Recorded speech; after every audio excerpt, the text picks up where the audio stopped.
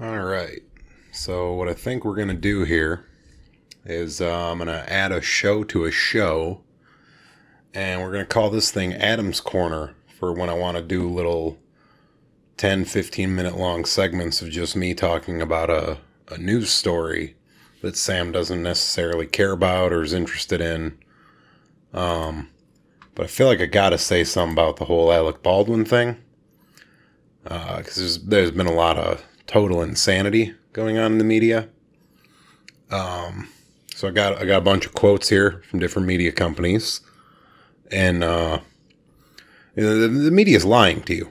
The media, they regularly lie. There's a thing called the Gelman amnesia effect, where you'll watch a news story about something that you're familiar with, and you'll go, "Huh, they got all that wrong," and you realize, okay, they didn't do their homework on this one. But then 2 seconds later, a new news story will come on, and you'll forget that they don't actually have any idea what they're talking about, and you'll believe them on the next one. Well, guns are a thing that I've grown up around and I'm familiar with, and just reading what the media says about this whole Alec Baldwin thing, you could tell none of these people have done their homework. None of them are actually familiar with guns. They use words incorrectly. They use words that are misleading, which is probably more of a problem with our language than anything they're intentionally doing. Like, for instance, they keep saying misfire. And in case anyone's unfamiliar, Alec Baldwin on the set of a movie shot 2 people, killed one of them. The other one was injured, and didn't really look too far into how that went. From the looks of what I've read, he shot through one woman and hit a dude standing behind her, which, further on in here, they talk about how they're not sure what the gun was actually loaded with. I'll tell you, either there was something relatively dense jammed in the barrel of this gun, or it was a regular full metal jacket bullet. Like most people for home defense, if they're using a handgun or rifle, will use a hollow point round. A hollow point's designed to go into a human body and fragment. It causes a large amount of central nervous system shock, because your goal when firing on someone in self-defense is to get them to stop. So you want the maximum amount of shock possible, and the bullet fragmenting inside of their body will produce that exact result. Whereas a full metal jacket bullet can, and that's the other purpose of using a hollow point, is you're not going to over penetrate your target and end up hitting something behind them. A full metal jacket bullet will go through a person and hit what's behind them. And depending on the size of the round and caliber, depending on what you're firing, that can result in the bullet going through someone, breaking into your home and entering your neighbor's house, which you don't want. Your neighbor's not breaking into your house. But anyway, one of the things they seem to be misusing left and right is the term misfire. This article from the BBC is a quote from it. A spokesperson for Mr. Baldwin, best known for his role, I apparently can't read, his role as Jack Donaghy on the NBC sitcom 30 Rock, blah, blah, blah, blah, blah, was involved in the misfiring of a prop gun with blanks. From my perspective, everything about that last part of the sentence is incorrect. Okay, they say the gun misfired. The gun did not misfire. The trigger was pulled. A hammer struck a primer. That primer caused a chemical reaction, igniting gunpowder. The ignition of the gunpowder causes an explosion, which sends a projectile out of the barrel. If the gun was loaded with blanks, something would have had to have been jammed into the barrel of this gun that was dense enough and held together well enough to go through one person and hit the person behind them. More than likely, this gun was not actually loaded with blanks, which is an issue that I cover further on in here. It wasn't a misfire. The gun performed exactly as intended. A misfire is you pull the trigger and nothing happens. And then you're standing there wondering, ooh, why didn't that bullet fire? Why didn't a round come out? You're at the range, you pull the trigger, the gun cycles correctly, and nothing comes out.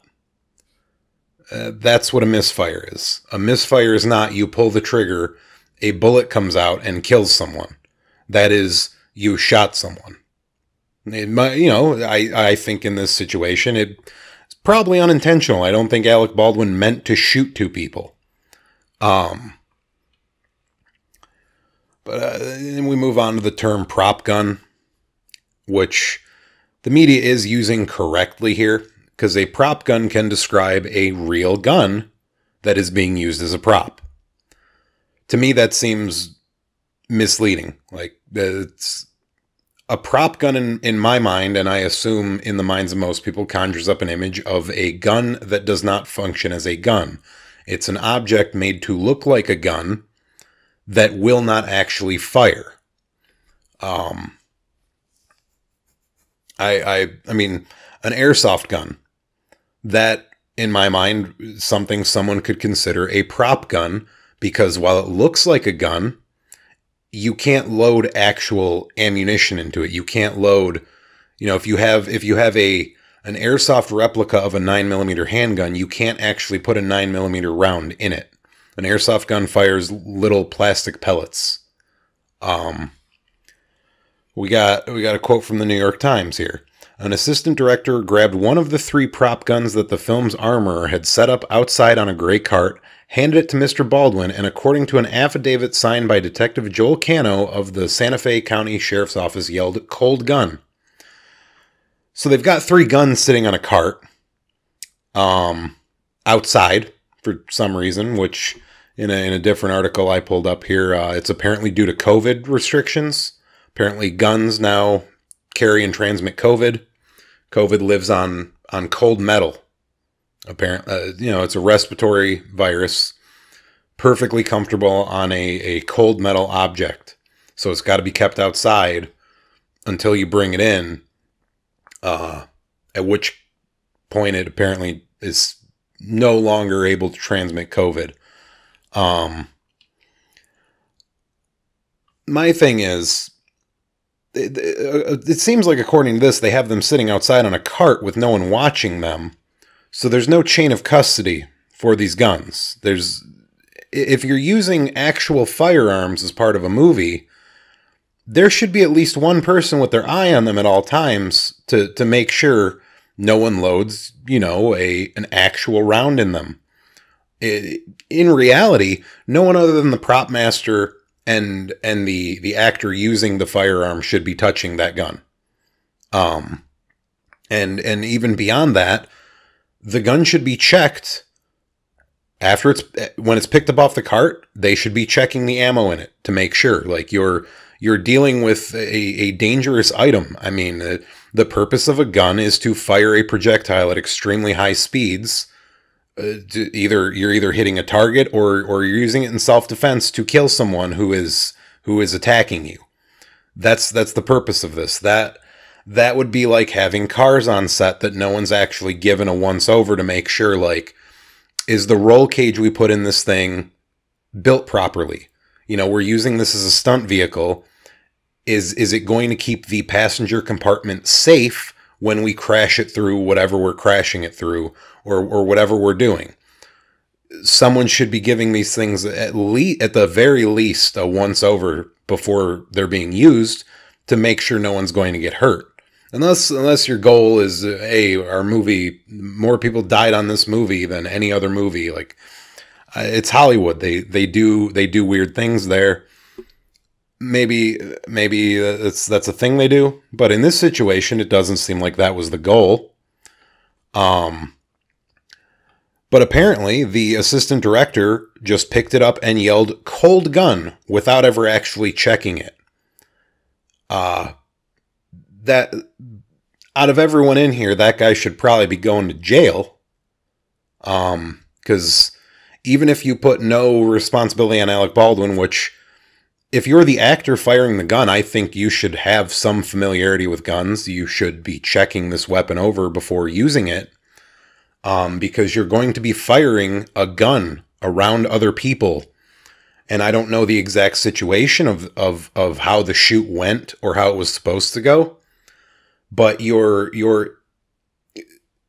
it's a gun. It's a gun. Someone's handing you a gun and saying, okay, we're going to film this scene, fire this gun at that thing or this person or whatever. You'd think you'd check beforehand. It goes back to the car example, like, oh, we're going to use this car in a high-speed chase. Did anyone check to make sure the brakes work? Do the brakes work in this car? Once the director yells cut, am I going to be able to stop this thing? So the assistant director, like, gross negligence, absolutely unimaginable, insane negligence. Alec Baldwin, pretty goddamn negligent too. I mean, if I was at a gun range and someone handed me a gun and said, hey, check out this cool gun I have, I'm probably not going to immediately fire the gun without checking things over to make sure, like, okay, are these actual legitimate rounds they put in it, or is this some kind of, backwoods hand load where they're just putting a random amount of gunpowder in and the thing's going to blow up in my hand? Obviously, you don't have X-ray vision. You can't see how much powder's inside of the round. But if the bullet in it, if the round in it is, looks like a mess, looks like maybe someone put it together with a hammer instead of like a press, maybe don't fire that gun, because, it could explode in your hand. That's why there's guidelines for how to make ammo. And I'm not against people reloading ammo in their own home, but know what you're doing. And this whole thing of where they call it a prop gun. They say it was a misfire. I think it's misleading in the same way the media reports, say teachers abusing students. If it's a male teacher, they refer to it as rape. If it's a female teacher, they typically say the teacher slept with or had inappropriate relations with. It's rape. That's what it is. Like, call it what it is. This was an actual gun. This was not, and technically it does fit the definition of prop gun, but obviously that's not what people think when they hear prop gun. When you hear prop gun, a lot of people think, oh, it's a replica of a gun that doesn't function as an actual gun. And even in Newsweek, a quote from them, the Wrap reported that, as is often the case when incidents like this occur, there's still confusion about what actually went wrong. They explain that while the term prop gun can often refer to a non-functional weapon, like used in a theater performance, or even a child's cap gun, the term also encompasses a real gun used as a prop. I still fault the media for this. It's a gun. It's a gun. It was a gun being used as a prop. If they worded it as a gun being used as a prop, I would say that's a lot more accurate than it was a prop gun. Because most people aren't familiar with, I had to look this up. I had to look up the actual definition of prop gun to make sure I wasn't going to come off as a moron here. And it's the term itself is a misleading term. Because when you say prop gun, people don't picture a gun being used as a prop. They picture something that was produced to look like a gun to be used as a prop in a movie.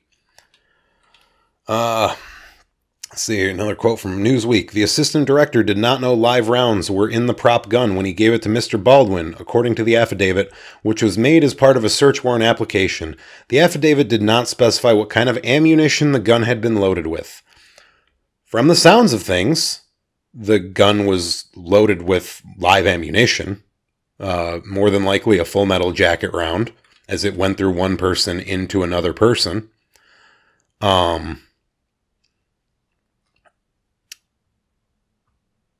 Like, it fired. Something came out. It killed someone. One of the first thing they teach you in a gun safety course is treat every gun as if it was loaded. I'm not sure what the situation was where he was aiming this gun at the cinematographer and what was the other guy? The other guy was like a director or something. Either way, the The quote, the assistant director did not know live rounds were in the prop gun when he gave it to Mr. Baldwin. Why did he not check? Why is there seemingly no chain of custody to things like this on a movie set? I mean, it goes back to the car example. Someone just pulls up in a car and goes, this is the car we're using. And everyone around just goes, oh, okay, sounds good.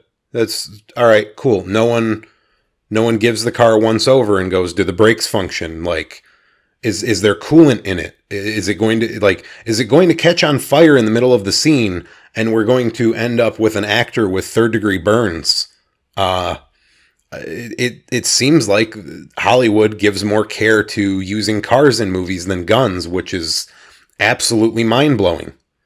I mean, a car is something most people use every day. Obviously, you don't go out in your driveway and crawl under your car before getting in to make sure no one cut the brake lines beforehand. But, I mean, typically people who are around guns a lot, there's a higher level of care when dealing with a gun than with a car. I mean, at least with a car, if you're backing out of your driveway and someone did cut your brake lines overnight, you're probably going to find out that you don't have brakes when you go backwards out of your driveway into a parked car on the street. But in that situation, the only thing that happens is two cars get kind of smashed up. It's not necessarily someone dies. It could happen, but the most likely scenario is you realize as you're backing up, wait a minute, my brakes aren't functioning. Let's see. Another quote from New York Times. When Mr. Baldwin fired the gun, law enforcement officials said it struck and killed the film's cinematographer and wounded its director, and raised new questions about firearm safety on film sets. First of all, the way that's written, the gun was fired and struck and killed. No, the gun didn't strike anyone. A projectile coming out of the gun did. He didn't pull the trigger and the gun rocketed out of his hand and smashed through someone and hit the person behind them. This is just lazy journalism. Said it before, journalists they seem to be pretty lazy people. Quote from Newsweek. The affidavit said that the 3 guns had been left on a gray cart outside the structure where Mr. Baldwin was working on a scene due to COVID-19 restrictions. It goes back to what I was saying before. What in the hell does that have to do with COVID-19 restrictions? It's an inanimate object. Oh, we're just going to leave this thing outside with no one keeping an eye on it. No chain of custody because, COVID. Like, what? That doesn't make any sense. It makes no sense. A lot of these quotes I put together are very repetitive. It's the same quotes basically from multiple media outlets, which means they're just copying and pasting from each other. More than likely, like, there were only actually 1 or 2 articles written about this, and everyone else just kind of remixed previously existing articles and called it good. Do that, get a nice 6-figure paycheck as a journalist. Go on TV, like, oh, this is what happened. Like, just copying someone else's work. But this is a thing from Alec Baldwin that he, I guess, posted on Twitter. There are no words to convey my shock and sadness regarding this tragic accident that took the life of Helena Hutchins, a wife, mother, and deeply admired colleague of ours. I'm fully cooperating with the police investigation, Baldwin wrote on Twitter. My heart is broken for her husband, their son, and all who knew and loved her. If you ever accidentally shoot someone, delete the social media off your goddamn phone immediately. Like, you don't say anything that's not being filtered through a lawyer. Like, you don't go around talking about it. Even if you think, like, oh, there's no way this could possibly be twisted, you don't talk about it. You keep your mouth shut. You let the court system do whatever it's going to do. You let your lawyer handle these things. Even if someone breaks into your house and you have to defend yourself, you don't immediately go on Facebook and let everyone know, hey, a guy broke into my house, but it's cool, I shot him. Because the guy who you shot, like, if it ends up in court, his lawyer's going to use that against you. Like, you're going to end up in trouble from the dumb shit you're saying that you think is, oh, well, I'm gonna show sympathy. Like, no. The way our justice system works, you have to shut up. You have to stay quiet about it, even if what you're saying is a very nice thing. You're apologetic. all of that. Like, that can be used as, oh, you're admitting guilt. You're admitting guilt, and the justice system will use that against you. Now, while I feel bad for what happened in terms of Alec Baldwin, I don't think he intended to kill. I really, really don't think he intended to hurt anyone. But Alec Baldwin has been very, very vocal against the NRA and guns in general for years. At one point, let's see, I probably should have copied and pasted this. So I got to scroll through an article. Oh yeah, in 2018, he joined a coalition of other celebrities and activists forming the No Rifle Association Initiative, which aimed to reduce the NRA's sphere of influence on American politics and society, according to a report in The Guardian at the time. The main thing the NRA does is run gun safety classes, which Alec Baldwin could have massively benefited from, because he would have known that if someone hands you a gun and goes, oh no, it's cool, it's cold gun, don't worry about it, you don't just take their word for it, you check yourself. And these courses would have taught Alec Baldwin how to check and make sure that it was actually a cold gun. For instance, a blank round and a live round look totally different. The live round has a bullet in it. The blank round doesn't. You can tell this just by looking at them. There's no secret forensic science you need to do. You literally just look at the rounds in the gun and, hey, wait a minute, this isn't a cold gun. There's bullets in this. Apparently the gun being used was a revolver. So very likely all he would have had to do is push a button on the side. The barrel that holds the rounds in a revolver would have popped out to the side, and he could have looked and seen, oh, wait a minute, there's bullets in here. This is not a cold gun. But Alec Baldwin, for whatever reason, seems to hate the NRA. I mean, one quote from him: "The Second Amendment is not a moral credit card that buys you all the guns you want," he wrote. "That law needs to be rethought." No, actually, the Second Amendment is exactly that. You can own as many guns as you want. Plenty of people own guns in America. We have more guns than our own military. By that logic, if these guns are dangerous just sitting around doing nothing, we would have astronomical levels of death, like millions and millions of people killed every year by guns, and we don't have that. The majority of gun deaths are actually suicides, which is a totally separate issue than, we got to get rid of the guns, because if someone's suicidal and they're determined to take their own life, just because they don't have a gun doesn't mean they're not going to find a way to do it. The biggest portion of gun crime are gangs shooting each other, which again, getting rid of guns will not solve that. Over in the UK, very, very low levels of gun ownership. What their gangs do is stab each other. So all you'd be doing is trading gun crime for knife crime. Or, I mean, we're Americans. We'd probably get more creative than that. We'd probably use something cooler. We'd probably have crossbow crime. You'd have gangs in the street shooting each other with crossbows. Or in a lot of these anti-gun people, they for some reason don't think like a muzzleloader. They'll be like, oh no, a muzzleloader, that's fine, because that's what the founding fathers had when they wrote the amendment. So what you would have is gangs doing like colonial era tactics and shooting each other with black powder rifles, which would probably be funny, especially if they put on the outfits. They put on the tricorn hats. They line up across from each other along the street. Fire a volley, that. So the gang violence would become more entertaining, probably less scary. But I mean, at the same, a muzzleloader, less accurate than a modern firearm. But gangs typically aren't very accurate with shooting at each other anyway, and a lot of the people who end up dead are just innocent bystanders, because a lot of these gangs seem to think you should hold the gun sideways. You shouldn't hold the gun sideways. But that pretty much covers what I wanted to say about this. It just went a lot longer than I thought it was going to. We're at almost 25 minutes. So, yeah, feel bad for Alec Baldwin. At the same time, I think he's kind of an irresponsible prick for not understanding what he's doing at all and seemingly being vehemently against ever actually understanding it because he wants to shut down the organization that is most well known for teaching these things that would have prevented this tragedy from happening. We should have a new podcast episode up in a day or two. This is probably going to go up to sometime tonight, Sunday, October 24th. And have fun listening to me talk for 25 minutes, maniac.